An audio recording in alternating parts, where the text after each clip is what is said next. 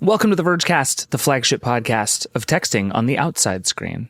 I'm your friend David Pierce, and I am doing a little belated digital spring cleaning. Normally, every few months, I try to back up all my important documents, put all my photos on an external hard drive that I keep in a safe, clean up my computer, all that good stuff. This year, I've done a bad job of keeping on top of all that. So in my spare moments this week, I'm trying to catch up. Today's project is to clean up some of the old stuff in my downloads folder. Actually, should we just do this together? You want to hear what's in here? This is sort of terrifying. Let's see. Okay, we go to date added, and we go to oldest first.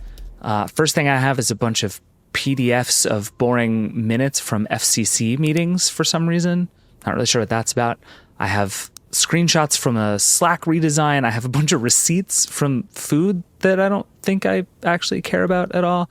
I have a photo of a weird thing that Starbucks did where they made a thing that looks like, I think they were Galaxy Buds headphones case, but it looks like a latte. Sure. I have a picture of that meme that says, I'm not reading all that, but I'm happy for you, or sorry that happened. I have that picture here somewhere. I guess I used that. I have a bunch of photos of apps that I can't even identify as I'm sitting here. Oh, one of them is the weather app for iPad OS. I have audio of my baby's first heartbeat. That's nice. I'll keep that. I have a bunch of pictures of the Lego NES system for, obvious reasons. A lot of old pictures. I have a bunch of UPS labels that I for sure don't need anymore. This is the point, right? This is why I need to do this more than once a year, because otherwise I go back and I'm like, why do I have a 4 megabyte image of a Kindle cover just chilling on my computer? Do some spring cleaning, folks. It helps. Anyway, we have a great show coming up for you today. We're going to dig back into the new Samsung phones, the Z Flip 5 and Z Fold 5, and try to figure out what they can actually do that makes them special, and see if, as a result, you might need more Flip and Fold in your life. Then we're going to talk about arcades and how it happened that the games on your phone ended up in your local arcade. This is a thing I've been wondering about for a while, and we finally, I think, got to the bottom of it. And finally, we're going to talk about Worldcoin, one of the most ambitious, bizarre, and frankly interesting crypto things you've ever seen. All that's coming up in just a sec, but first I have to do my number one favorite ritual in all of the digital spring cleaning process, which is just to select everything in my downloads folder that's either a screenshot, a zip file, or more than a year old, and just delete it all. Feels so good, y'all, and I have never regretted it once. This is the Vergecast. We'll be right back. Welcome back. So we talked on the show last week about the new Samsung phones, the Z Flip 5 and the Z Fold 5. But I want to dig back into them, especially now that we've had a chance to actually try the phones a bit. Because I continue to think the most interesting question about these phones is just, what do they actually add to your life? This is true of all flip phones and foldable phones, by the way. Does having a small screen that folds into a big screen meaningfully actually change what you can do with your phone and how you do it? What about a phone that folds closed? Does that do anything? So much of Samsung's efforts with the Z Flip and the Z Fold series, especially on the software side, have been about trying to find answers to that question. And I think every year it gets a little bit closer. So I want to see what's actually happened this year and whether we think Samsung's really getting there. And as always, when we're talking about this stuff, there are just two people in the world I really need here with me. The Verge's Allison Johnson and Dan Seifert. Hi, Allison. Hello. Dan, hello. Hello.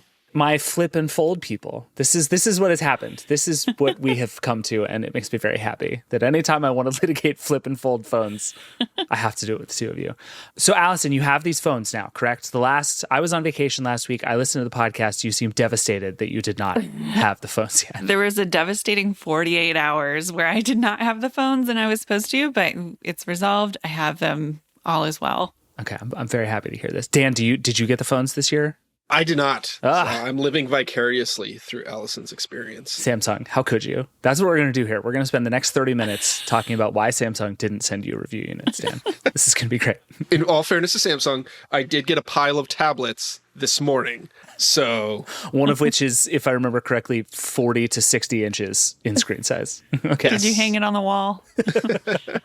Okay, so y'all did a segment, Allison, last week about the phones, and we got a bunch of responses from people saying, talk more about how these things work, which I actually think is interesting and very instructive, because especially with flip and foldable phones, we're still in the like, what are these things for phase.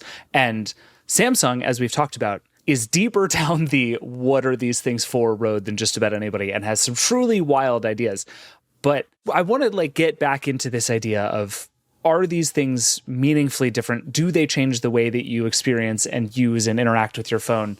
Is it worth right now like the extra cost, but also the trade-offs that you make in order to get one of these over the candy bar phones we've all spent with the last decade? So let's start with the flip, because I think this year that seems to be the most interesting one, and also the place where Samsung pushed the hardest on the software.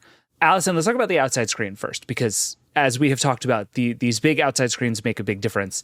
And in this case, it seems like just poking around and looking at videos, this thing Samsung did, I think it's called the Flex window, where you can basically like swipe through a bunch of widgets on the outside, and you have this sort of big, almost smartwatchy looking thing that you can mess around with. What's been your impression so far? How does it feel? It's great. And I'm going to compare it to the Motorola Razr because that's kind of the only reference I have. But my quick take is that I like how Samsung is handling widgets. The widgets that they have that you swipe through on the cover screen are just way better, like way more informative. You've got like weather in your calendar and set a quick timer. There's more ways to interact with them and view them. You can like pinch and zoom out and you'll see them all kind of in a tile interface. So that's 1 point for Samsung here. And this is, I want to preface, like, this is like sicko territory of like using flip phones. Running full apps, I'm liking better on the Motorola phone. And they're both kind of like, they both put the option to run like a full app on the cover screen kind of out of sight, because it's maybe not a great idea. No, it's objectively no maybe involved. It's a bad idea and you shouldn't do it. But it's surprisingly, like Samsung kind of puts it at more of an arm's length. Like you can add Google Maps and messaging like without jumping through too many hoops. It's in the labs feature. But if you want to do anything beyond that, you have to go to the Galaxy store, where everyone goes from time to time. Yeah, you have to download Good Lock, and then you have to download like a specific module for Good Lock to enable a launcher for the cover screen. I just want to jump in and say, if you are a sicko, Good Lock is like your favorite best friend ever. Like Good Lock is the reason to create the stupid Samsung account, to get to the stupid Samsung store and download it, especially if like you really want to like do anything with your Samsung device. I think the people that make the Good Lock modules and stuff are all a bunch of like really nerdy Samsung engineers that just want to do weird stuff with this hardware, and that is your path to do that. So yeah, keep going, Allison. I just want to say Good Lock is a lot of fun. Well, and I will say to that point, actually, one of the things that seems to have happened with this round of these phones is that Samsung is pushing more towards the thing it's gotten better at with the Galaxies over the years, which is like giving you lots to do, but only sort of showing you the easy stuff. Where like for years, my experience was always I would get Samsung's newest phone, it would boot up, I would log in with my Google account, and then it would present me 1,000 options. And I had to make a decision about every one of those 1,000 options. And they eventually got to the point where they're like, okay, there's still 1,000 options. And if you want to do stuff, there's more stuff to do on a Samsung phone than basically anybody else. But they've done a much better job of saying, here are the things we want to sort of put in front of you, and then here are the things we want to let you find. And I feel like Good Lock is a perfect example of like, it's great that exists. I think it's awesome that exists. That absolutely is not a thing that most people should even need to know exists. Yeah. And they won't find it either. Like, to know about Good Lock means that you have to have been told about Good Lock. Right. Either through a blog or your friend or something. You typed into Google, how do I do this on my Samsung phone? Exactly. Yeah. I just think it's interesting that Motorola like doesn't make it that hard. There's sort of an apps panel for the cover screen, and then you go in and you enable every app individually, and it gives you a warning or something that's like, this might be a dumb idea, but it's much more like permissive. And there are certain apps I think are pretty good and like helpful to have on the cover screen, like Google Maps, which you want to glance at some directions. Like, I'm the worst when I get out of like, not in Seattle, but like out of a subway stop. I'm like, I have no idea which direction I need to be going. And that's when you just kind of like glance at Google Maps. I'm curious. I assume that both Motorola and Samsung have like a widget to like play, pause, and skip your music tracks that's playing. But can you run, I guess you can force like Spotify to run if you wanted to like browse to a different playlist or something like that. Is that like a thing that is like feasible or doable or even a good experience if you do that? So questionable whether it's a good experience. So the way Motorola does it, there's a Spotify widget, like specifically. Okay. It's broken like most of the time. So it's not very helpful. You know, they both give you the like media player, like pause or fast forward, whatever happens to be playing. Yeah, but if you want to browse Spotify or do anything beyond that, and the Samsung phone, you got to do the good luck thing. And then I was just looking through it and like I got a pop-up about some new Spotify feature. I was like, well, this is blocking the whole screen and I need to quit this app now. So not great on either. I suspect that stuff will get better. And I do think one of the interesting questions developers are going to have to ask is like, what is our outside screen experience going to be? Because you can just run the full app thing is a useful hack. But if these phones are going to get popular, and they're not there yet, but if they are going to get there over time, Spotify is going to have to figure out like what is the closed screen experience. And I don't think Spotify's ever going to figure that out. It may not. I think Samsung's going to have to figure that out. And then like Samsung is going to have to be like, we reformatted your app to fit this screen. Because I think that what's going to happen is the same thing that we saw with Android tablets forever and ever, is that like the companies are not going to really invest a lot in the app experience for the different size screens that are not phone shaped and phone sized. But Samsung will do the legwork to like allow you to run a window or allow you to split the screen in different ways or make use of the larger screen, or in this case, the smaller screen, in a way that is more practical and more useful. And I would not be surprised if we don't see like Spotify widget by Samsung that like, you know, kind of addresses those problems because Spotify won't do it or Amazon won't do it or whatever, you know, name your app developer. I think widgets. It's the year of the widget, I think. It really is. Let's just have more. Let's keep going with widgets. I'm into it. And so one more thing on the Google Maps thing, because I was watching a video in which they were all excited about Google Maps navigation on the outside screen. And it made me think, so if I have a flip phone and I open up my phone, or I guess I take my phone out of my pocket and I'm like, I need to navigate home. Am I going to open up the phone, type it in, start the navigation, and close it and then like dock it to the thing in my car? Am I going to leave it open? Like, I don't know what the correct phone behavior is anymore. And it feels very weird in that sense. Like to close my phone and then look at navigation seems weird, even though that's possible. And then it's like, if I want to add a stop, should I open my phone? Should I leave my phone closed? Does it not matter? Is this too many options? Like, I don't know. It just feels weird. I've definitely had those moments where you try and do too many things on the cover screen and you're like, oh, okay, I've pushed it too far. This is like one too many things. It's just not a comfortable experience. Yeah, I find myself when I'm starting navigation or whatnot, you know, opening the phone, doing the like fiddly stuff. And then I think if I was driving with it, I would keep it open. But if I'm walking, then I close it, put it in my pocket. And that's when I'm like, I might need to glance at something or check, respond to a text message. It's sort of like a choose your own adventure. And I think if you're going to buy a flip phone right now, I think you need a little bit of that kind of sense of adventure, or like you're sort of excited about figuring those things out. You can use it and just out of the box, just have like a fine experience with widgets. But I think like the people who are going to get the most out of it are kind of like, ooh, I have options. I can do this on the cover screen or the inside screen or run an app. Can you take a call on the cover screen? Mm-hmm. Yeah. And it goes automatically to the speaker phone. Okay. So you're not holding half of a phone up to the side of your face. Right. Hello. Okay. Yeah.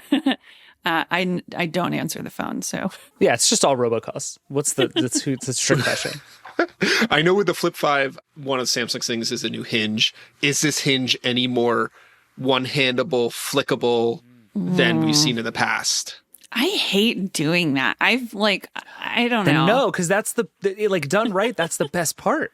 I don't enjoy it. Like, you got to get I'm already putting my nails like under the screen in a way that I don't like. And I wouldn't say it's any better or worse. It's the same. And I don't recommend it. I think it's a bad I think idea. we've talked about this before, but we need a button that you push a button on the side and you got the spring-loaded action. Yes. Yes. Like, one of those switchblade combs. Give me the thing he has in the Matrix. That is the answer. That is the correct answer. I totally agree.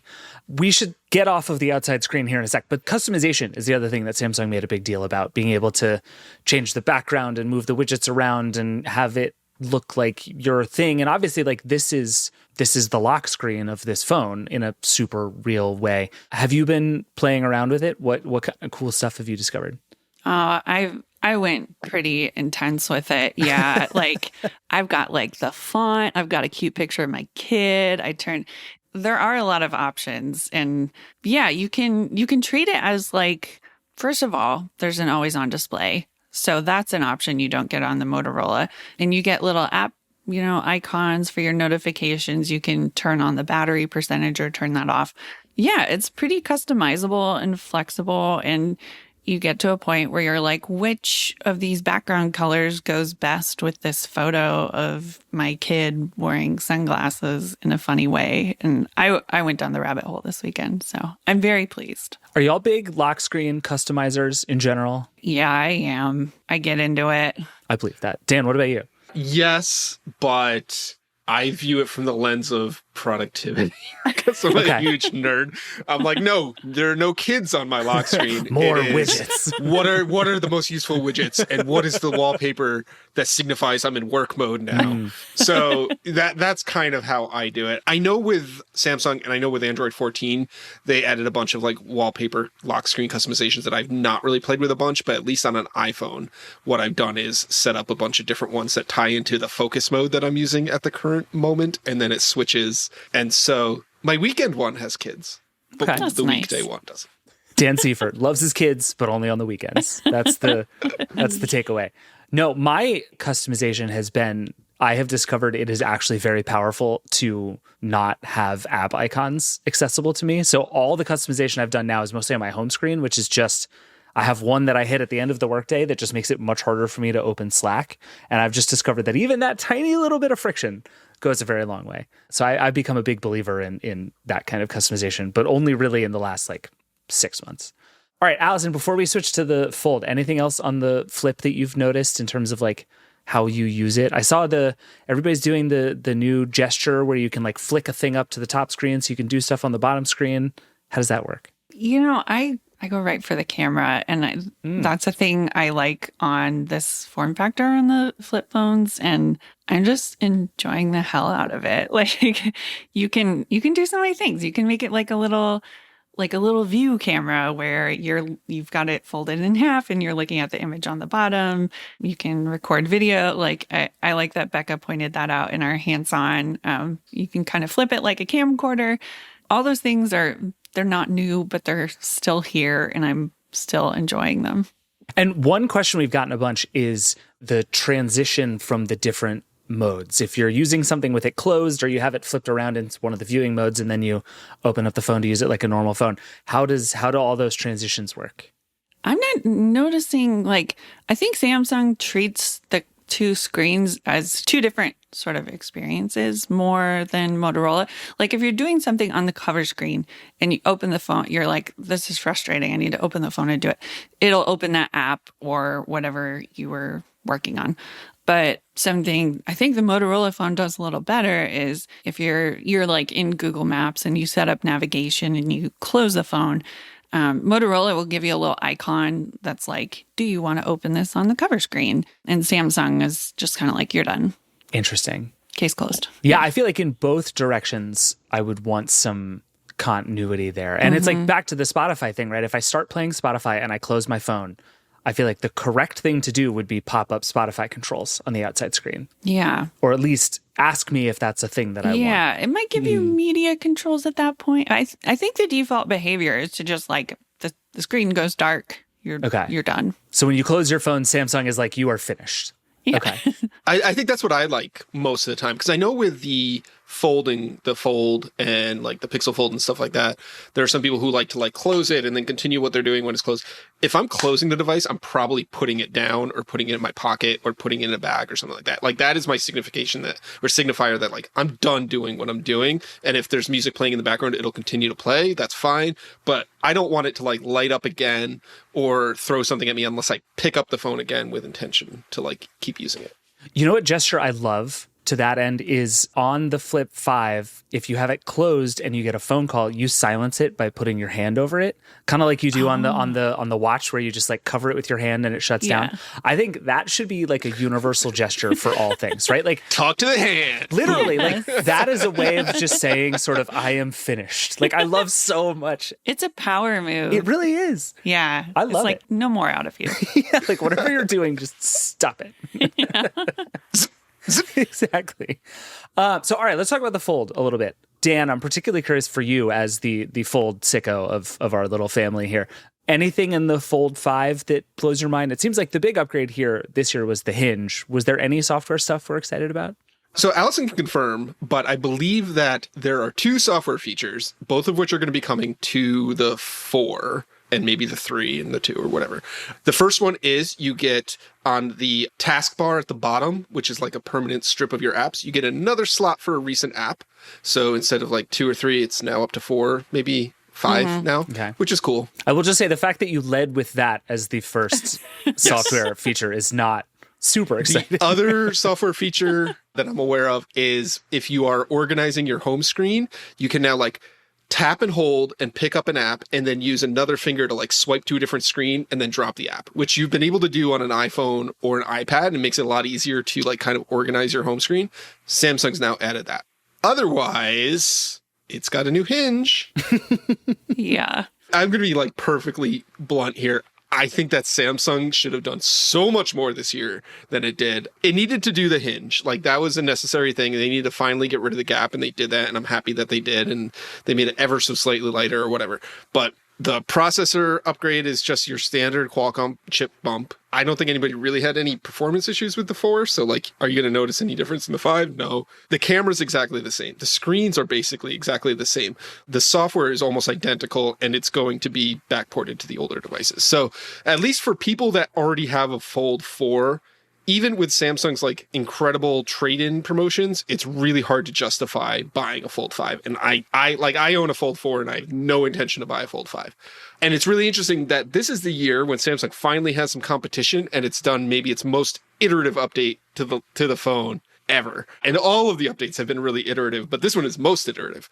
So I was really hoping Samsung would do more, kind of knowing that Google had the Pixel Fold working. We all knew Google was working on the Pixel Fold for like 2 years. Like it's not a surprise. But on the software front, Samsung is still a mile ahead of Google, right? And we talked about this with the Pixel Fold. Like the Z Fold's ability to move apps around is so much better than anything on any other Android large screen device. And in a lot of ways, it's better than the iPad. Like it's very good at letting you move a bunch of things around on the screen and put apps where you want them to go. And like it seems a little clunky in spots, but like it's very powerful.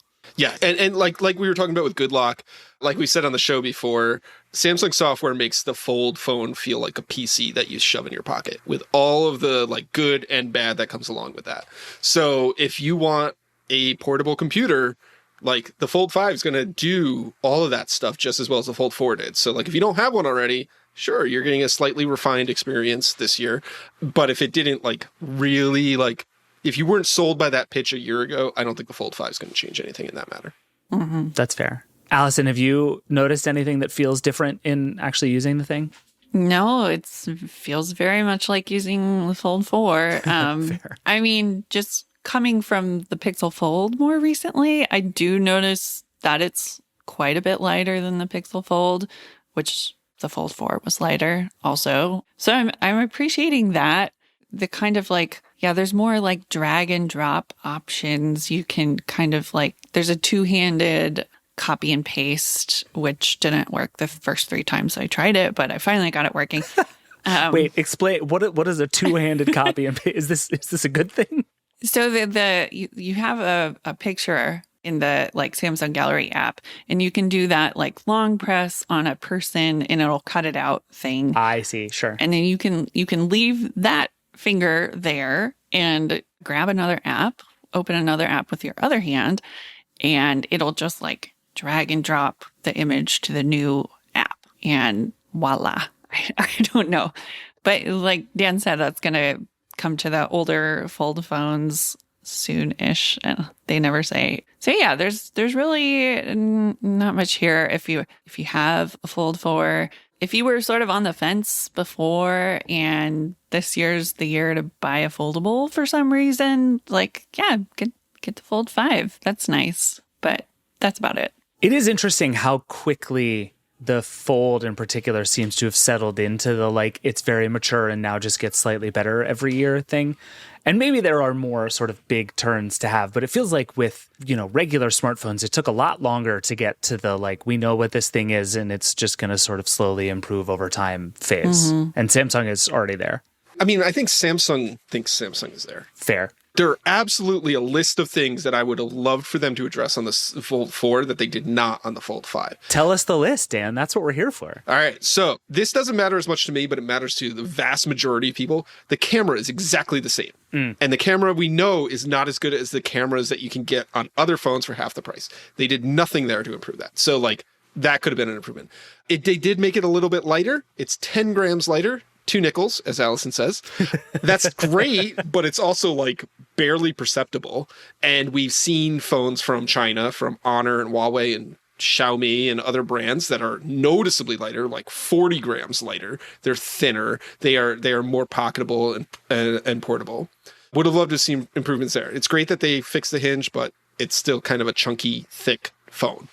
The outside cover display is a big blocker for a lot of people in that it is still weird and narrow and awkward. It's still a TV remote. Yeah, it's still a TV remote. I kind of understand why Samsung is using that. And we've talked about this in the past of like, when you open the phone, the screen experience is better because it matches your apps better and things like that. And that kind of dictates the cover's geometry and dimensions. But again, we've seen phones from China that have a portrait-oriented inside display, but have larger outside displays that are wider and more normal aspect ratios and are easier to use. So I would have loved to have seen Samsung make some progress or forward momentum there. They still are not dust resistant. I know Allison just wrote a piece on the site that it looks like they are exploring ways to make them dust resistant, but they're still the same level of dust resistance as before. They still have the same kind of like construction on the inside of the screen panels and cover and like screen protectors and things like that. So you have to be careful with these and things like that. So like there's a lot of progress. And I think what I would like to see is more experiment and more innovation from Samsung that we're not. They've kind of like settled into this. We're going to make very tiny tweaks to this formula because we screwed it up the first year and are very scared of screwing it up again.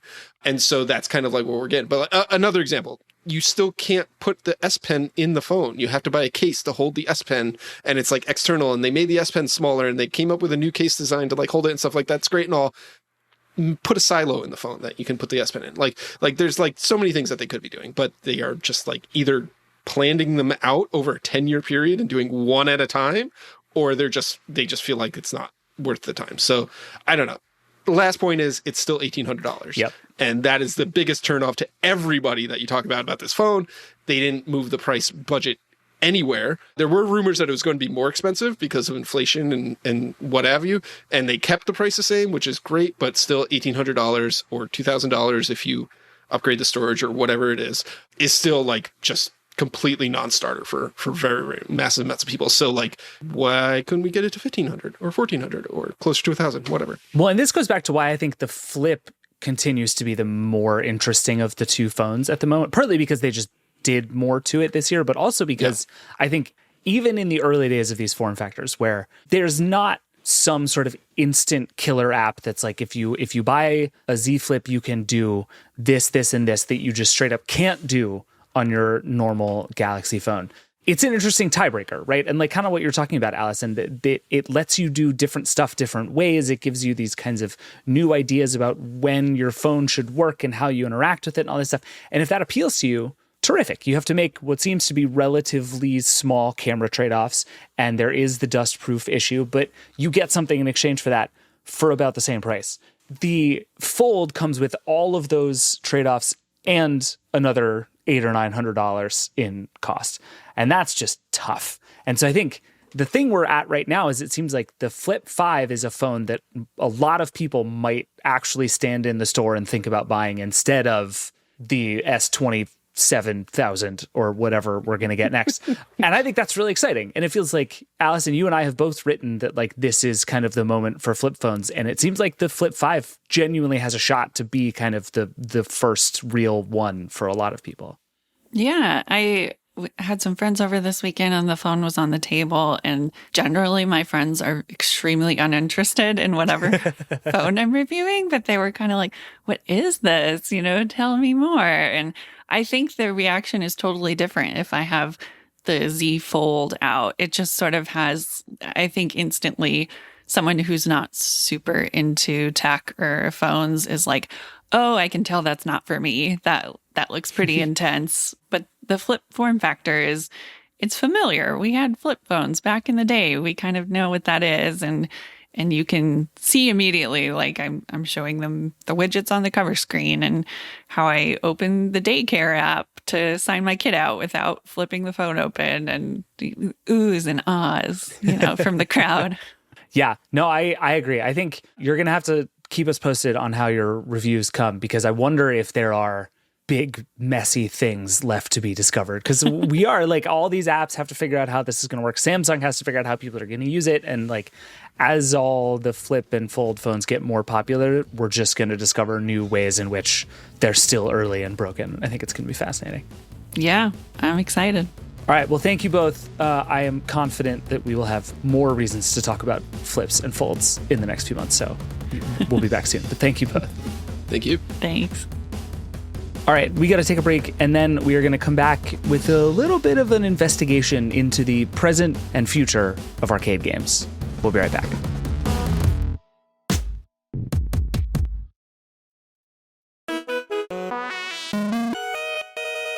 Welcome back.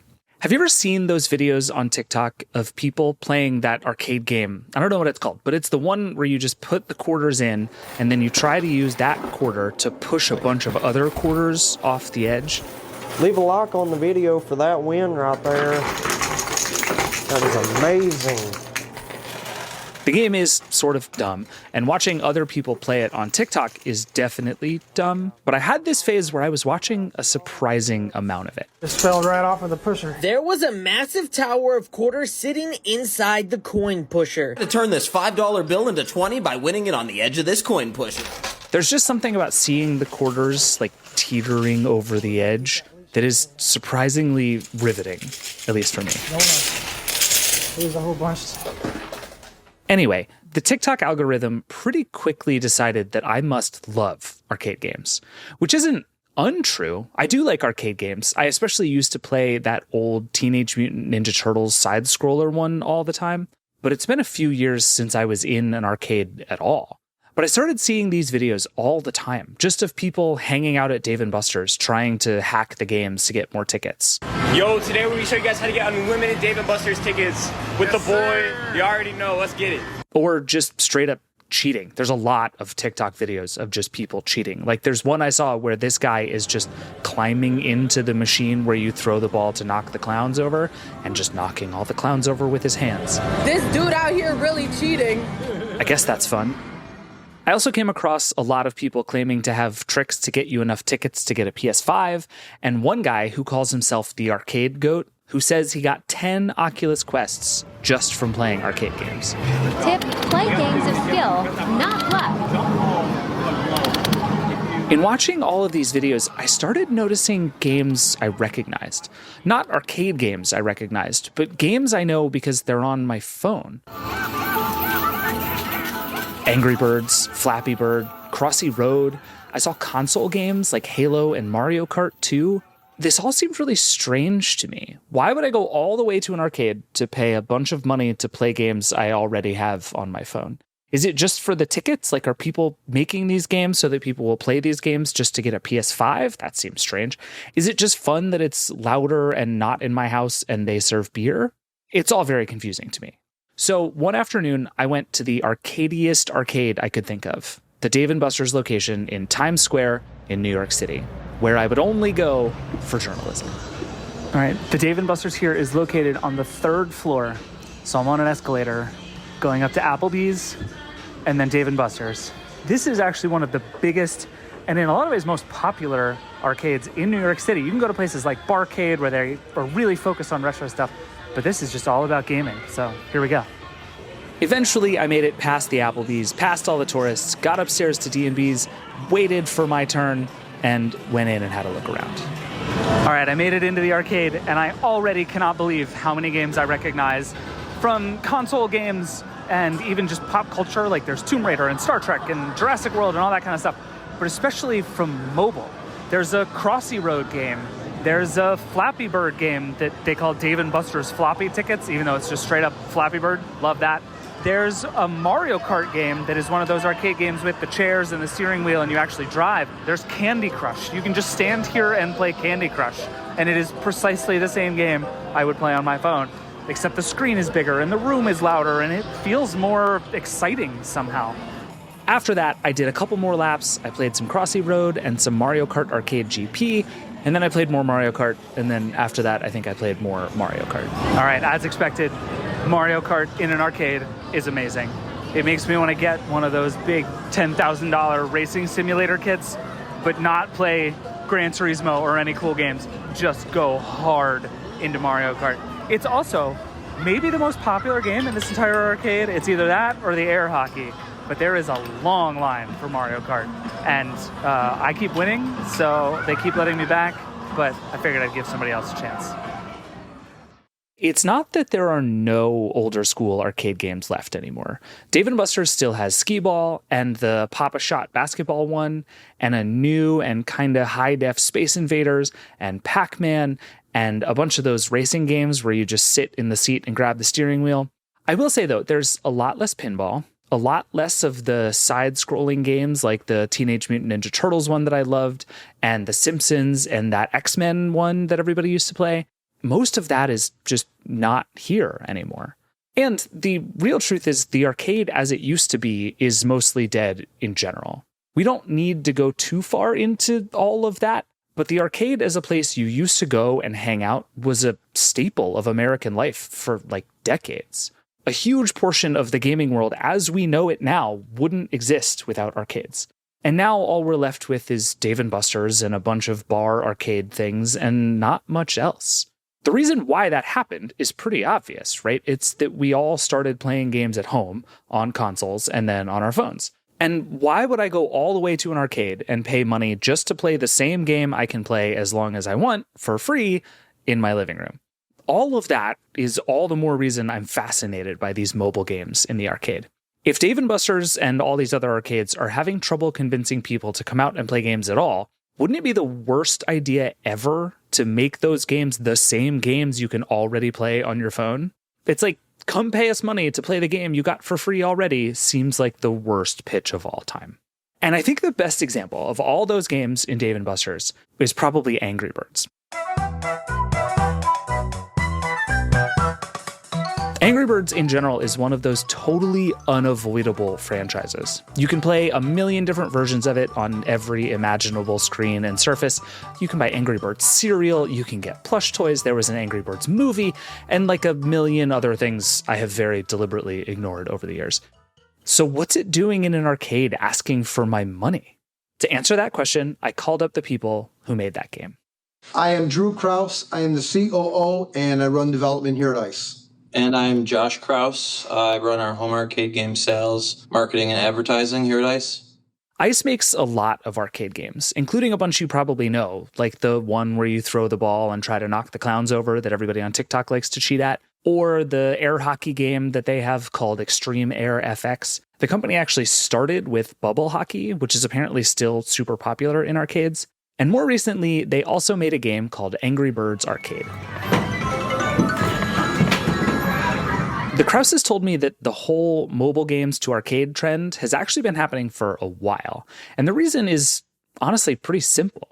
Notoriety, it gets you to walk up to it no matter what. So that's a huge, huge plus. Now, a lot of the arcades like it because it brings licensed brands to their location. A big facility like a Dave & Buster's who has 160 across the country, they have movie studios coming to them saying, hey, Ghostbusters 19 is coming out. Can you guys do a Ghostbusters game? I mean, that's how Ghostbusters, we're talking to Sony and looking at products, and then Sony's talking to Dave & Buster's all of a sudden says, hey, I like Ghostbusters. Hey, we're doing a Ghostbusters. Let's do a Ghostbusters game.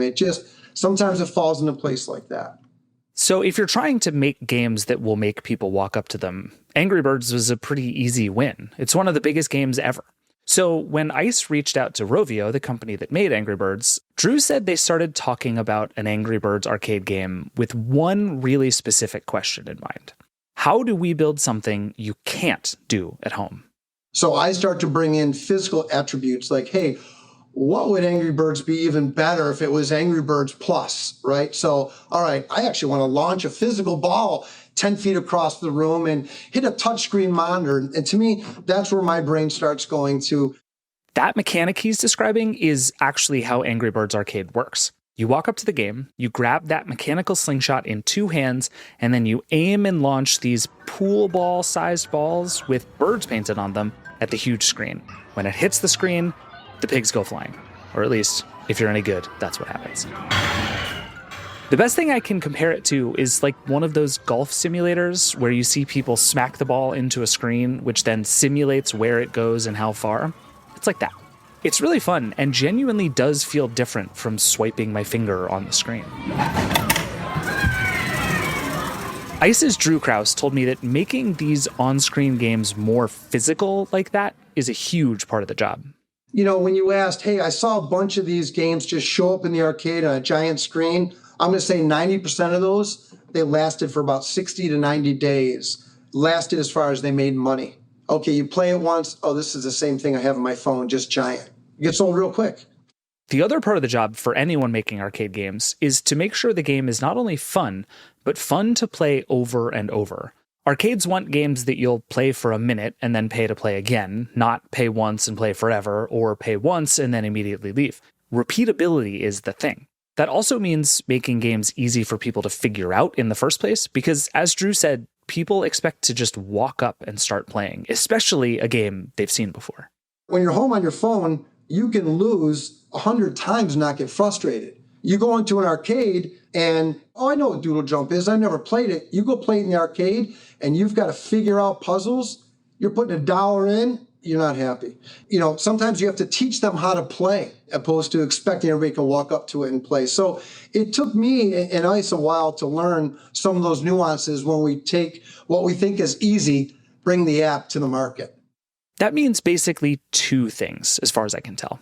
Making the game skill-based as much as possible, so you're not just playing a slot machine every time you step up, and giving people tickets for their successes. That's how you get people to keep playing.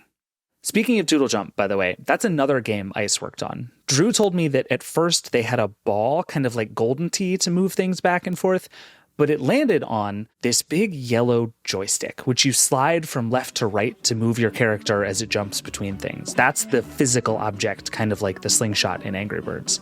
Again, it's super simple. Maybe too simple for me, actually. I'm not sure I'd spend a ton of money on Doodle Jump in an arcade, but it's actually been a huge hit for ICE. Anyway, with all of this in mind about physicality and big screens and all this different stuff, I went back out to a different arcade to see if I could make sense of all these games in a new way. All right, it's been a few weeks and now I'm at a different arcade. This is the Fredericksburg Funland in Fredericksburg, Virginia. And after talking to some of the folks who make these games, I'm starting to see the mechanics they talk about everywhere. Fruit Ninja is here. It's called Fruit Ninja FX, and it's basically you just stand in front of a large screen and swipe on it the way you would in Fruit Ninja. And that's all fun and good, but the best ones of these games, and the ones I'm seeing the most people play, are the ones where they make it physical in some way. There's one game where all you do is try to explode something and launch someone out of a cannon, and they made this very cool lever that actually feels like you're pressing it. And it's different than it would feel if you were just playing it on your phone, even a really big version of your phone. There's a Space Invaders game, which is like from a million years old video game, but it's this huge screen and you actually sit there in a seat with a blaster. It takes the same mechanic, it's just these 8-bit aliens coming at you, but it feels bigger and cooler and different because it has this physical mechanic to it. This is the kind of thing I think about as we move all of the online digital screen-based culture into the world. How do you make this stuff more than just bigger screens, but actually make it physical? Also, fun fact, the most popular thing here, again, is Mario Kart GP. But the one other one I want to talk about is Guitar Hero. This is the other one I keep seeing at all these arcades. And it might actually be the best, earliest example of this that I can think of. It's a video game, it's a thing that happens on a screen, but your controller is part of the game. You don't just touch or press buttons, you're actually playing guitar. And it works at home for the same reason it works in an arcade. It just feels like you're doing something, even though all you're doing ultimately is playing a game on a screen. It's very cool. I'm now seeing this absolutely everywhere I go. I love it. I really did think a lot about Guitar Hero through this whole process. And Dance Dance Revolution also, and really everything Nintendo has done since the Wii. The gaming industry has been exploring ideas about how to make controllers more than controllers for a long time, and how to bring your body into the equation more and more. That's what the Kinect was, right? That's what the PS Move is, all these different ideas. And as VR gaming continues to become a thing, we're going to get entirely new explorations of that idea. Mobile games, I think, maybe more than most, need a lot of help figuring that out. So many of the games we play now, whether it's Angry Birds and Cut the Rope or more complicated things like Clash of Clans and Subway Surfers, they were built on swiping and tapping, but that's never been the most fun or immersive way to play these games. Even just looking at the App Store's top charts right now, it's fun to imagine how a game like Alto's Odyssey, or even something like Fortnite or Roblox, might go way beyond screens and controllers and just sitting at my TV. It won't work for everything, but I suspect the next turn for a lot of these games is going to be back toward the physical in that way. Figuring out how to build new mechanics and new control systems and new ways to bring more than just your finger into the game. Think about something like the Apple Vision Pro headset. I can basically guarantee you that there will be Angry Birds for the Vision Pro at some point. But it'll be a huge bummer if all that is a big screen you tap to do stuff. That just feels unambitious, feels like not enough. I don't really think arcades are going to become what they once were. Playing games at home or on my phone is just too fun and too easy for me to venture back out every time I want to play Angry Birds. But there's some part of me that kind of hopes I'm wrong, that physical gaming spaces do become a big thing again and bring people back together in the real world, even to do screen-based things. Drew Krause is obviously biased towards that perspective since, he makes arcade games, but I like the way he thinks about bringing together the best of both worlds. Let's stay in the reality, and if we can make you throw a ball instead of flicking on your phone, I think we won, right? I'm just trying to bring people back to being a kid and playing with physical stuff again by adding in cool apps, cool ideas, and video, right? I think I agree with that. And I think it's going to be fascinating to see what it looks like to bring the best of our screens out into the world more. Think about headsets. Are we going to use headsets to bring technology with us more places, or are we going to use them as ways to be home and be in our own worlds more often? I don't know. I know I'm looking forward to getting screens out more because I know I own Mario Kart at home, and yet I spent objectively an upsetting amount of money playing Mario Kart GP at both Dave & Buster's and at Funland. I don't know, the chair and the steering wheel and the loud crowd just do something for me, I don't think I can get that at home. Little Mario, perfect rocket start. Little Mario is closing in. All right, we got to take a break, and then we're going to talk crypto. But not the crypto you're probably thinking of. We'll be right back. Let's expect some pressure. Here on it.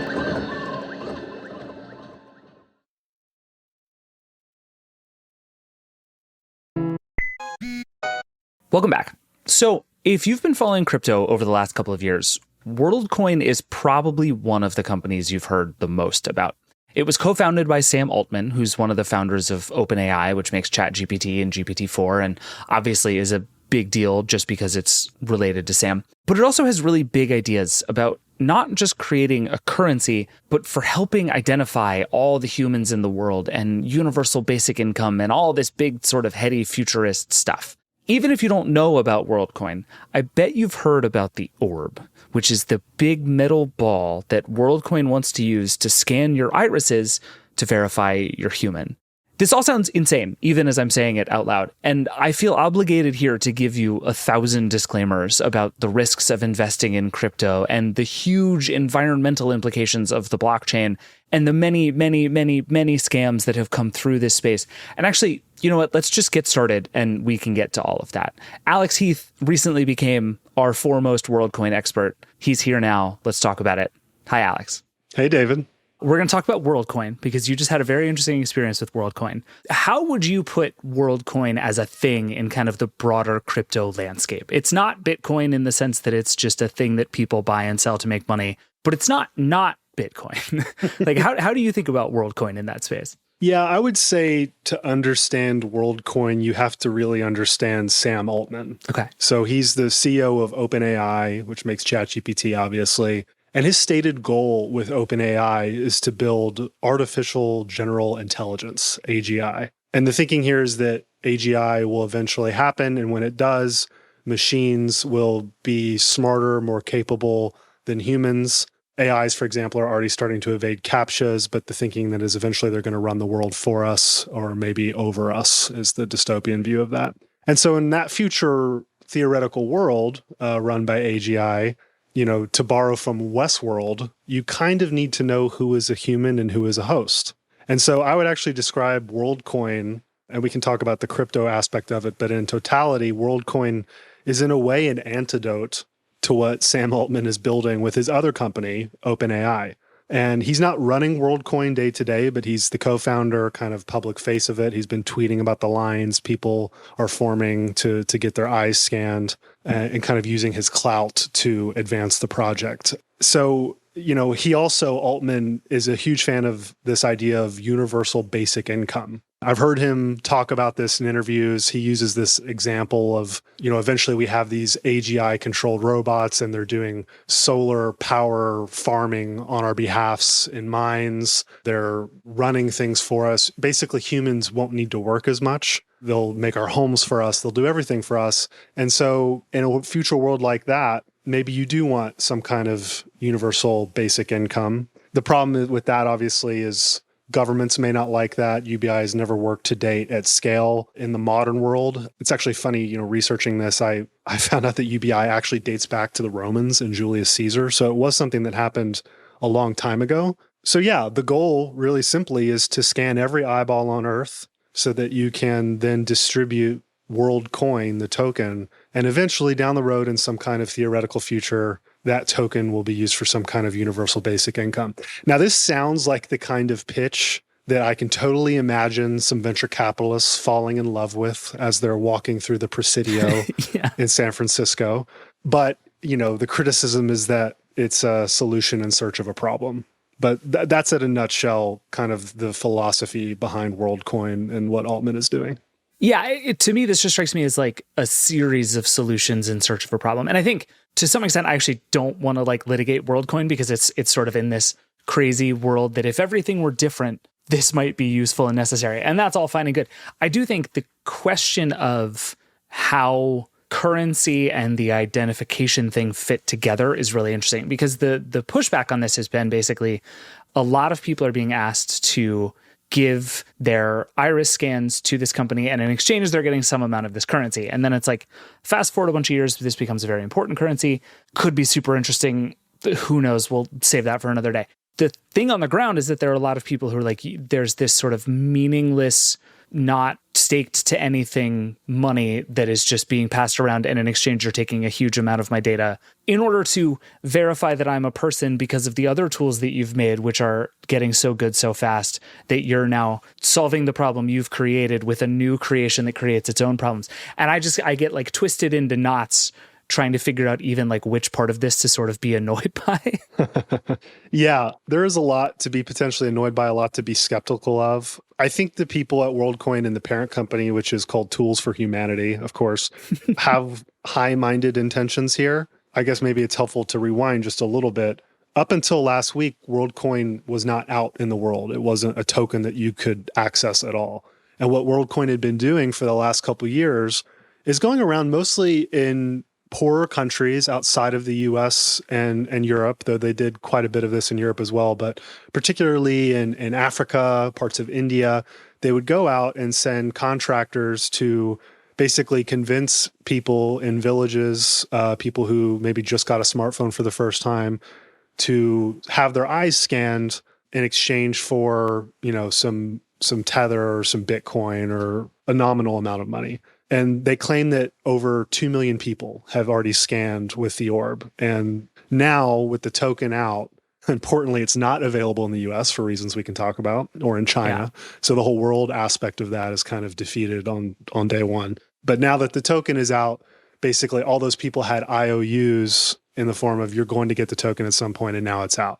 And to the idea of it being a currency, it's actually a horrible currency because it behaves like a security. And that's, I think, why it's not available in the US, is the SEC and regulators here in the US have started cracking down on crypto quite a bit.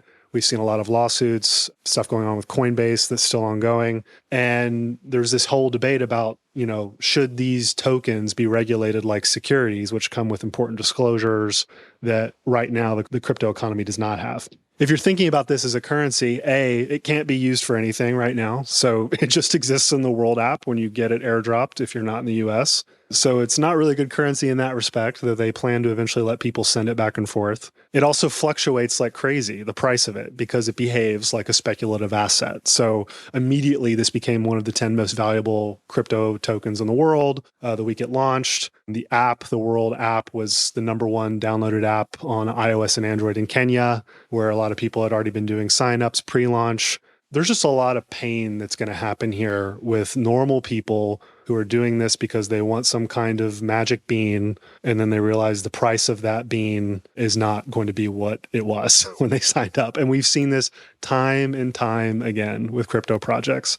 And I think that's been the harshest criticism I've seen of the way that they're structuring the actual token so far. And I think that's fair. I mean, I think if you're trying to build a utility, if you're trying to build something that everyone in the world is theoretically going to have one day, I don't really understand the way they've rolled it out initially.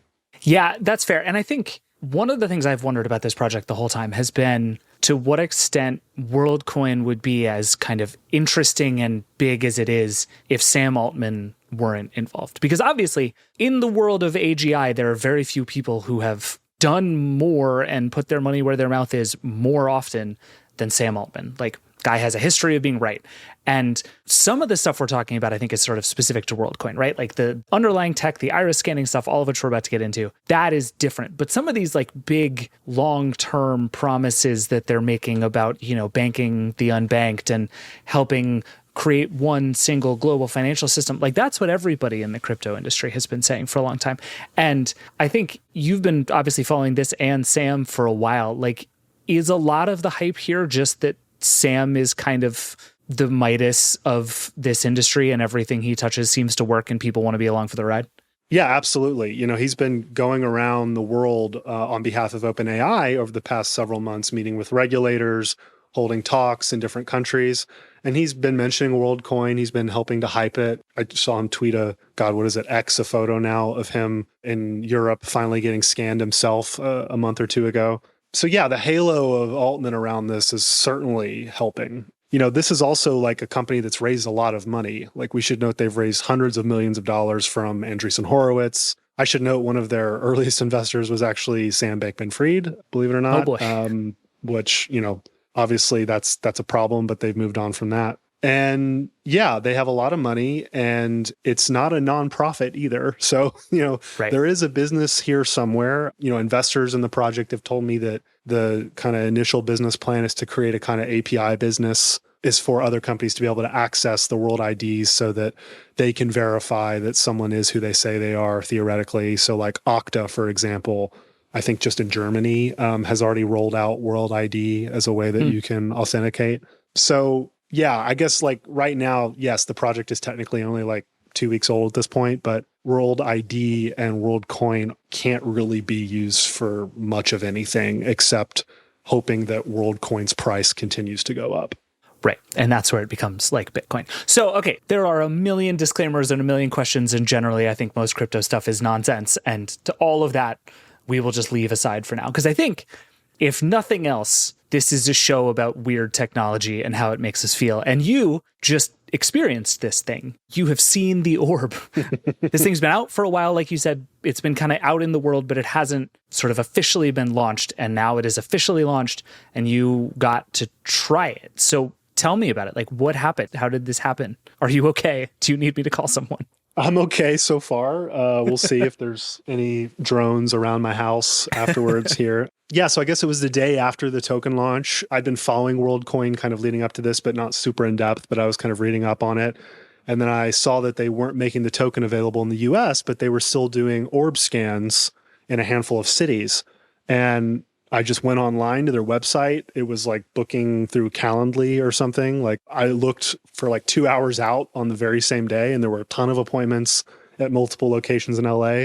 So I booked one for about an hour out. I got in my car, drove across town to West Hollywood here in Los Angeles to this nondescript co-working space to get my eyeball scanned by Sam Altman's orb. Before we get started, do you have any questions about the project or the orb or anything? No, I was reading that like your biometrics don't leave the device, right? So that is correct. However, when you accept the terms of service, there will be a third optional thing where you can keep your iris image stored in their databases on cloud. Okay. You don't have to. Okay. And the only benefit of it is if they do an update that requires you to that changes their algorithm for hashing your iris image, your iris code, you'd have to rescan.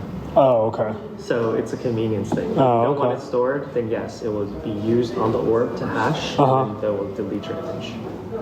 It was kind of funny because it's a co-working space, right? So there's a bunch of like people there kind of working around different desks, just kind of like plugging away like normal. And then in the very center, you've just got this like, frankly, kind of weird dystopian looking shiny metallic orb. It looks like HAL 9000 from Space Odyssey, just sitting there. It's about a foot tall with a guy behind it who's the orb operator, so to speak.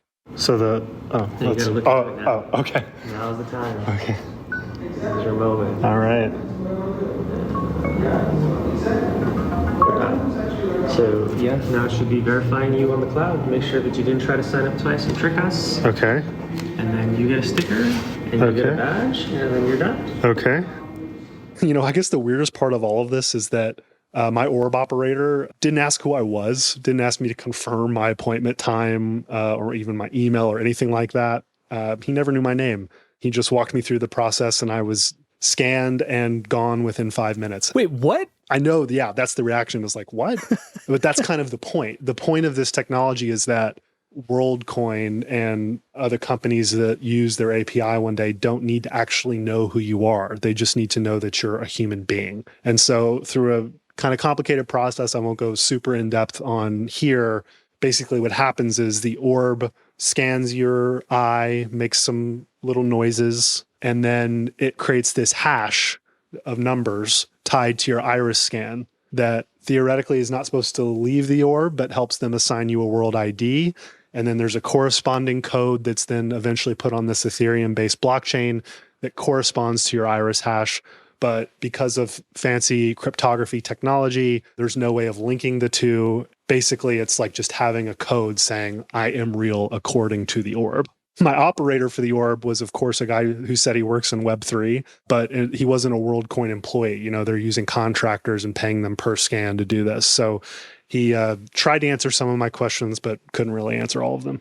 Do you work at Worldcoin? I am a community specialist. Oh, okay.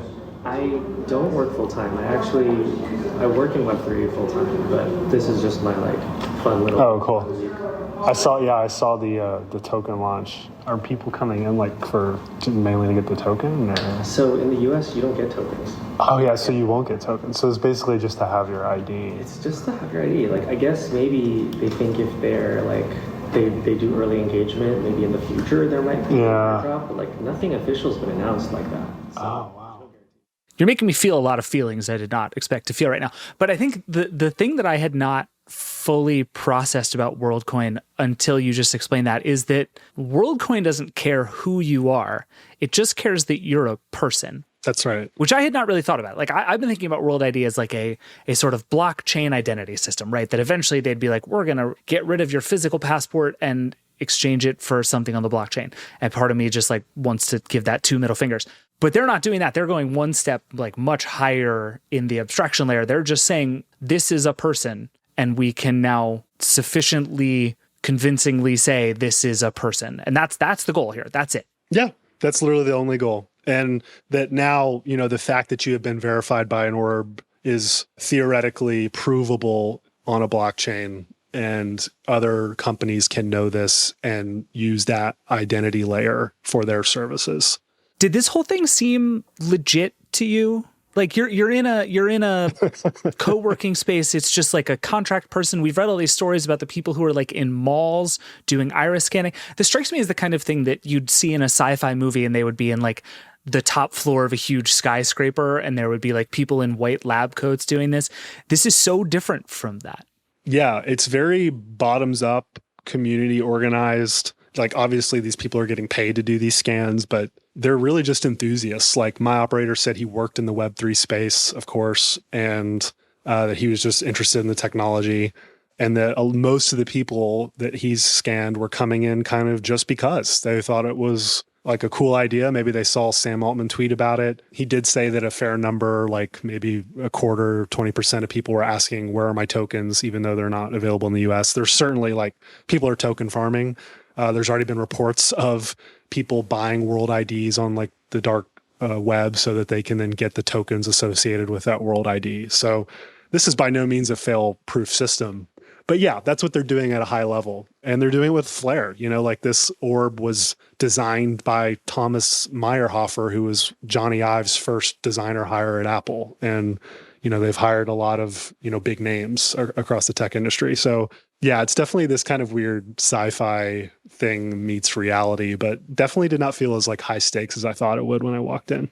Yeah, it's really interesting. What is your sense of what they're trying to do with the hardware? Because I kind of see it a bunch of ways. On the one hand, you have this thing that they would want to make seem as normal and unscary as possible. If they could just like point their phone at you and make it seem every day, that would be great. On the other hand, they seem to have leaned into this very futuristic idea. It's this big shiny object. Like you said, it looks like HAL 9000. It just looks like a robot. And I can't imagine that was not intentional. Like, what did you make of the actual hardware itself? Yeah, I mean, it's designed to look like an eye, like you're looking into an eyeball, which is pretty creepy. But it was like super fast. It made some cute noises. And over time, I think what's interesting is that Tools for Humanity, the parent company, says they want to open source the design of the orbs and let other people make them and distribute them. So it becomes this like kind of decentralized thing on top of the blockchain aspect of this. Sounds pretty problematic, because what happens when some kind of vendor installs malware or like something into the orb that isn't, to spec, and there's a huge data leakage or something. But for now, it's all designed and operated and maintained by Worldcoin. These are very expensive devices. I think they cost like $5,000 plus each to build. But yeah, eventually the goal is that the whole company moves towards this DAO model, a decentralized autonomous organization, where not only are the orbs able to be operated by other people and made by other people, but the Worldcoin itself can be used to vote on how governance works and how the company operates. So they want to move to this foundation model that would also govern the orbs. They haven't done that yet. I think that's another pretty fair criticism of doing this right now, is it's kind of putting the cart before the horse on what a lot of they're trying to do. But I also see the other side. Investors are telling me like, look, they got to start somewhere. This is a chicken and egg problem. How else are you going to incentivize people to scan their eyes in this frankly kind of creepy thing? So yeah, that's kind of where it stands now. Okay. And what do you get as a person who has now had your irises scanned? You got a sticker, which is like rad. I love a sticker. And you have an app that I guess like says you're human. Like how has your life changed now that you've had your irises scanned? Yeah, I've got my unique human sticker, and then I've got in the World app, It says I'm verified. I'm anonymous, but I'm verified with an orb. It says when I was verified. And at some point in the future, I guess because I'm in the US, I probably won't get the world coins, but at some point in the future, this ID I may be able to use to log in somewhere, I guess would be the most immediate implication of having it. But for now, it's just this little virtual badge. That is, I mean, one of the things that is very funny to me about Worldcoin is there's a version of its story that if you play out the future in one direction, it is this like huge society shaping thing, right? Like if you go all the way out into universal basic income and AGI and we end up in this totally different place than we are now, something like Worldcoin could be really interesting and really important. I would say in a much more sort of immediate and plausible worldview, it's just like a fancy login system. Like it's very funny to me that it's integrating with Okta because it's just Okta. Like in a lot of ways, it's like this is a person who would like to log into a website and it just has cooler technology hardware than like my Apple Watch Okta Verify app. Yeah. Or you could be more cynical and say it's actually just a pump and dump scheme. So 25% of all world coins are held by the company and its investors, and they have not been able to sell any of that yet. They're in a lockup. So a bunch of Worldcoin is going to get dumped, in a year or so, most likely. And, retail again, like has been the case. And so many of these crypto stories will be left holding the bag. Yeah. I think what's clear in the short term is the only reason to own Worldcoin is because you think the price will go up. But in the long run, if you buy this UBI thing and you buy AI may one day rule the world, you may want to have it. But it comes back to what I was saying originally, like this is a solution in search of a problem. And I think whatever happens, I guess I find the idea behind Worldcoin to be deeply unsettling because it suggests a future in which humans are indistinguishable from machines. And I know we've had that in sci-fi. I love Westworld as much as the next person. But the idea that, Sam Altman, one of the leaders in this space, is actively building towards this future that he thinks is definitely going to happen is pretty unsettling. And I think, we as a society may be having bigger conversations about this in the coming years. I think that's right. I think the thing that gives me immediate hope is that this launch happened at a very funny time, which is right around the same time that OpenAI ditched its project for figuring out what text was created by AI because it didn't work. And I just think we're at this funny phase now where like it keeps making me think of, I watch a lot of HGTV and there was this whole run of HGTV shows where it was like regular people learn how to flip houses. And then there was a whole other run of HGTV shows that were regular people tried to flip their houses and screwed them up so badly that they had to call in professionals. And now that's what that show is about. There's just literally a show called like Help I Wrecked My House. And it's just like, that's the phase of AI that I think we're heading into where it was like, okay, AI got out of control. We're going to build tools to fix the AI. Those aren't going to work. So we're gonna bring in people to fix the AI, but then we're gonna use the AI to beat people. And it's just like we're like caught in this loop forever. And it just sort of seems like Sam Altman is going to be the one sitting on every side of it, just like laughing hysterically as he makes billions and billions of dollars. Yeah. So to some extent, like, kudos to Sam Altman for getting it like coming and going. I mean, yeah, there's nothing like building the problem and the antidote and being able to profit off of both, right? Seriously. Altman is such an important aspect of this, as we've been saying, the fact that it's not launched in the US as he's really wooing regulators, going to DC, meeting with President Biden about AI stuff recently, for example. A lot of this is wrapped up in him and how he's perceived. And it makes sense to me now a little bit more why he's been this super vocal voice talking to regulators saying we need safety around AI. Guess what? He's got a solution, right? He's got a for-profit solution to the problem. And so, yeah, we've been hearing a lot about ChatGPT in the broader world and society. I do think we'll start hearing more about Worldcoin in the coming months as Altman starts talking about it more and using his platform. So stay tuned. And you're listening to this episode, you're getting kind of the early look at, I think, something that everyone else is going to be talking about. All right, Alex, appreciate you stopping by as always. And this time, thank you especially for scanning your eyes for journalism. If you do end up needing new eyes, by the way, let us know because that's like truly excellent Vergecast material. So keep us posted. You can read more about Alex's experience with the orb in Command Line, his excellent newsletter, which you can sign up for at theverge.com/newsletters. All right, one more thing to do, and then we're going to get out of here. Let's answer a question from the Vergecast hotline. As a reminder, the hotline number is 866-VERGE11. Please call and ask us all your deepest, darkest, weirdest tech questions. We love them all. You can also email vergecast@theverge.com, send us a voice memo, whatever makes you happy. We love hearing your questions. For this one, I brought in V Song. Hi, V. Hey, what's up? I have not played you this question. I gave you like a vague sense of what's coming. So let me just play the question. I think you'll be ready for this, but I'm excited to see where we go because I also have this question. Here we go. Hey guys, it's Mark again, and I had a question about wearables, or particularly wearables without screens, because I have a pretty, I think it's a cool little G-Shock / vintage Casio watch collection, and I really enjoy wearing them, but I also would really love to get a lot of the health tracking and sleep tracking features of something like an Apple Watch or whatever Samsung's rolling out these days. And so I tried an Apple Watch for a little bit. I just don't really care for a screen on my wrist, if I'm being honest with you. I already feel like the notifications on my phone are a little bit too much, so I'd rather avoid that on my wrist too. But I also would really like to track my health stuff. So I'm wondering, are there any wearables without a screen these days? Something kind of closer to like the Fitbit Flex that used to exist, RIP, or also anything that's like not, frankly, what I think is kind of expensive, like the Oura Ring. Anyways, thanks for the help. Bye. Okay, you're making the face that made me want to do this question. It's bleak, dude. It's bleak. Like when you said something not as expensive as the Oura Ring, I was like, uh-oh. Because that is basically what I think fits 99% of what Mark's asking for, because it's going to get you really great clinically, I don't want to say validated, but clinically tested sleep tracking. Like I've been on calls with them and they just told me how like their sleep tracking is, I want to say around 75, 79% corresponds to polysomnography, which is the gold standard.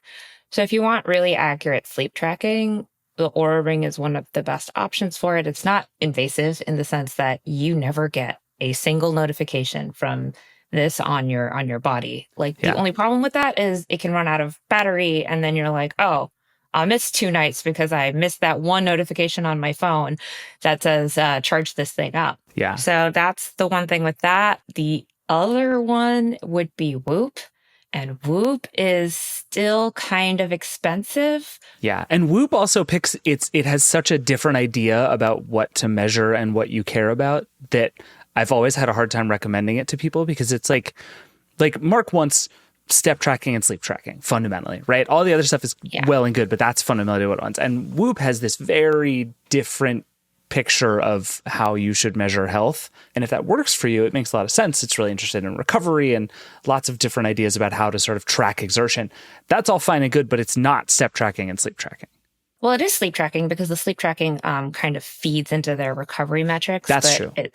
It's not really going to help you so much on the step tracking part of it. It's really geared towards people who have, ambitious training regimens and who really care about their HRV and they want to check their exertion and want to be at optimal like priming. Those are the two that are like the most well-known screenless devices. The other one would have been the Amazon Halo, but that's kaput because they also went the screenless route. There is the Fitbit Inspire 3, which has the most like not even a screen because it's basically kind of like the Fitbit Flex a little bit. It's got an OLED screen now, so it's not as the monochrome LCD as it used to be, but it's really not going to tell you much because it's a tiny little screen and you're not really going to be looking through notifications on that. So that is an option if you don't mind double wristing as I do. But, there is a couple of smart rings that are coming out. I've got a sizing kit for one, so I'm going to be testing that. And if that's an option, that'll be cool. But the problem with smart rings is that they all kind of cost around the amount that the Oura Ring does. There's not really what I would call a super affordable option for screenless at the moment, because they're being like the people developing the screenless tech at the moment are the ones who are really invested in research and that sort of stuff. So you're going to get people who are like, hey, You want a subscription so you can fund our research? And the answer is always no, I don't want the subscription. But if you're looking into like cost effectiveness, Whoop recently lowered their subscription prices. So if you want to lock yourself in there for a long time, you can get a lower monthly subscription, and the hardware is quote unquote free. You know, they say that it's never free. It's just built into a much higher monthly subscription. So if you want to, and you know, I believe they have like year-long commitments. So that's kind of not my favorite thing. But yeah, so the Aura Ring is still, unfortunately, I think your best bet, unless you're willing to cobble together multiple devices to just like jerry rig something. I unfortunately don't think that that's really great. But if sleep tracking is your number one thing, there are actually a number of sleep tracking apps on your phone that are pretty good. There's Sleep Cycle. I like Rise Science, which is that does have a yearly subscription, but I believe it's like $60. And if you really get on top of that sleep habit, then it's not really going to be a forever thing. Rise is interesting because it takes into account your circadian rhythms, and based on like your phone tracking you and your sleep, it'll be like, oh, okay, this is your sleep need. This is your sleep debt. Like these are the times of the day where you should plan high intensity activity, and these are the ones where you should do like lower intensity because your energy is going to dip. And I've been doing that for, I want to say 6-7 months now. It's interesting. After a while, I don't pay attention to it anymore. So that's kind of the trap with sleep tracking apps. So I feel really bad, Mark, because I have very unsatisfying answers for you. But yeah, I do think the Aura Ring is like 99% of what he's looking for, except for price, which is always the issue with the Aura Ring. That's exactly where I landed too. Is I did a bunch of research and landed on the Aura is kind of the only answer. And that's really the last thing I'm curious about from you before we let you go here is I think what it seems like has happened is the whole market for people like Mark has disappeared, right? For a while you could buy a thing that looked more or less like a bracelet. Like the original Jawbone is still my favorite wearable of all time. It was that nice sort of, it was like a little too snap bracelet looking, but it just like fit around your wrist. It looked much less like technology and more like a thing you might actually want to wear on purpose, which was great. And then there were the Fitbit trackers that you could clip to things. Those were cool. Like we had this run of things that weren't smartwatches. And all of those have died in favor of either smartwatches on one end, that's kind of the mainstream idea, or the like capital S scientific tools that are very expensive and designed for people who want to do like clinical studies on themselves. And it seems like the middle ground is just gone. Is that ever going to come back? Like my argument would be that we've pushed too many people towards smartwatches, including a lot of people who actually don't want smartwatches, and that maybe there is room in the middle, but maybe I'm crazy. No, you're not crazy. You're 100% correct. So what ended up happening is one, Google bought Fitbit, and that kind of killed the middle market. Fitbit smartwatches are blah, especially with the latest generation, but I still think that the Inspire 3 is quite good. And I believe with the Inspire 3, you can pop out the main unit and you can stick it in like different accessories. So that's one option. Garmin makes a single fitness band at the moment, which actually may be more up Mark's alley. Now that I think about it, the only issue is that Garmin sleep tracking kind of sucks. So that's actually the worst part about a Garmin is that its sleep tracking is, I think, not good. It's good enough to do your like recovery metrics because that's pulling on different things like heart rate variation. But in terms of like you wanting to sleep better, it's not very helpful. And even that, the Vivo Smart falls into that same, it's a smaller screen, but it's still a screen category. It's still a screen. So months ago, I was reviewing Amazfit's Amazfit. I still don't know how to pronounce it. Me neither. Amazfit's Band 7. It is a $50 fitness tracker. And if you want a throwback to all the different mid-range fitness bands of yesteryear, that's a really great option. It has a lot of the health tracking features. The sleep tracking is all right. The battery life is pretty good. It's not a looker. It's fairly, I don't want to say chintzy, but it's not the best looking device. It's very utilitarian. The only issue I've seen with recommending this to people is that people are like, well, it's a Chinese company and Chinese companies don't have my health data. No, thank you. To which, the problem is that Fitbit started dying off because these Chinese company like Xiaomi and Amazfit, they basically came in and was like, hey, what if we sold you these fitness bands for not $100 like Fitbit's asking for, but somewhere between $20 to $50. And it's largely going to get you a good portion of the experience. So that just kind of cannibalized the whole market. I had a reader ask me the other day, why didn't Samsung update its fitness bands? And I was like, honey, they have not updated these since the last time I went to IFA, which I think was like 2019, 2018, 2019, maybe even 2017. Like it was a really, really long time ago. So I too, I might end up blogging this, but like I too have wondered where the fitness bands have gone. And I get a lot of questions like those from Mark. And I feel really bad that I'm like, well, if you built a time machine and traveled back to 2014, I have some options for you there. But all of those options have since lost support because the companies went under as well. So you are kind of stuck with smartwatches, which I do think is tragic because not everyone wants a smartwatch. I even take smartwatch free days once in a while to maintain my own sanity.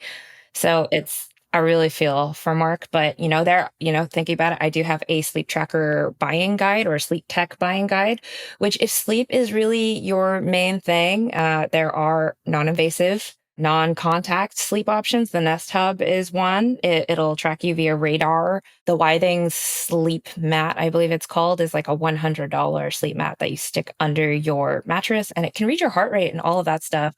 So that's kind of cool. I have an 8 Sleep Pod Pro cover, which is not cheap. That is even more expensive than the Oura Ring, but it does offer temperature cooling. So, you're either if you really want to avoid the screens and sleep track, you're going to have to go with like 6 different devices, at which point it's kind of going to add up to the cost of an Oura Ring. So, I am going to say right now, your best option is the Oura Ring until more people like you start complaining that screens are ruining their lives. And then we can get our more simple fitness tracker blast from the past bands back, which, I would actually be really happy about. I miss the old Fitbit days sometimes. All right, that is it for the Vergecast today. Thank you to everyone who came on the show, and thank you, as always, for listening. There's lots more on everything we talked about, from sleep tracking buying guides to Worldcoin orb experiences on theverge.com. We'll put some links in the show notes, but as always, read the website. Leave us a comment on the post about this episode. We'd love to hear everything you think.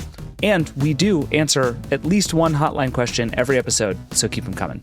This show is produced by Andrew Marino and Liam James. Brooke Minters is our editorial director of audio. The Vergecast is a Verge production and part of the Vox Media Podcast Network.